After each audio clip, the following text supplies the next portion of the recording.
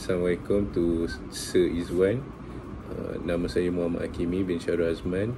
Nombor metrik saya 304244. Dan hari ini saya akan membentangkan pop icon saya, iaitu Mamoru Miyano.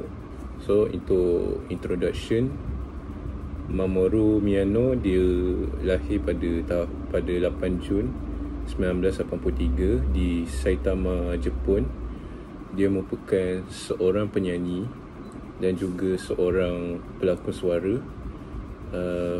Dia berlakon suara sebagai beberapa karakter anime dan juga Ultraman Zero.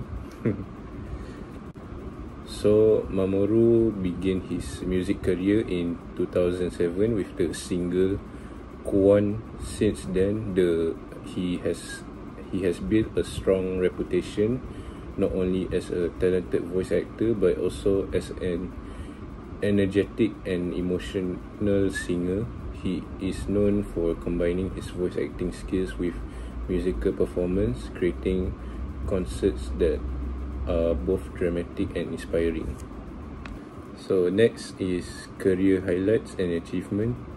Mamoru Miyano has achieved numerous awards throughout his career, including multiple Seiyu Awards for his outstanding voice acting performance. He was one of the first voice actors in Japan to hold solo music tours, proving that a saying could succeed as a mainstream pop artist. His albums such as Break, Fantasista, and Love showcase his versatility as a performer, ranging from emotional ballads to powerful pop rock tracks. Fans admire his strong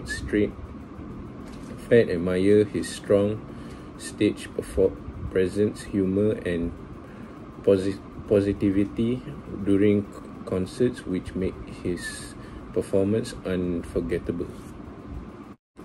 Next is impact on popular culture. Mamoru Miyano has had a major influence on Japanese popular culture. He helped bridge the world of anime and J-pop by showing that voice actors can also be talented singers who attract large audience. His success inspired many other Seiyu to follow in his footsteps and pursue music careers. So now saya akan tunjuk antara lagu favourite saya, iaitu Zero to Infinity.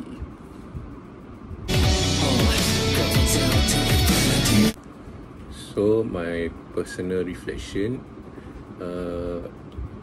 saya mula kenal Mamoru Miyano dari tahun 2020 atau 2021 ketika pandemik.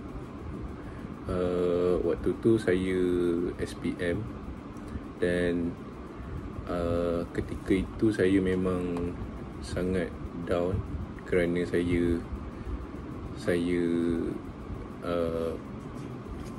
budak yang paling curut di sekolah dan orang selalu ngejek dan cikgu-cikgu pun pandang rendah. Tapi selepas saya dengar lagu terbaru dia, iaitu Zero to Infinity, yang keluar waktu pandemik,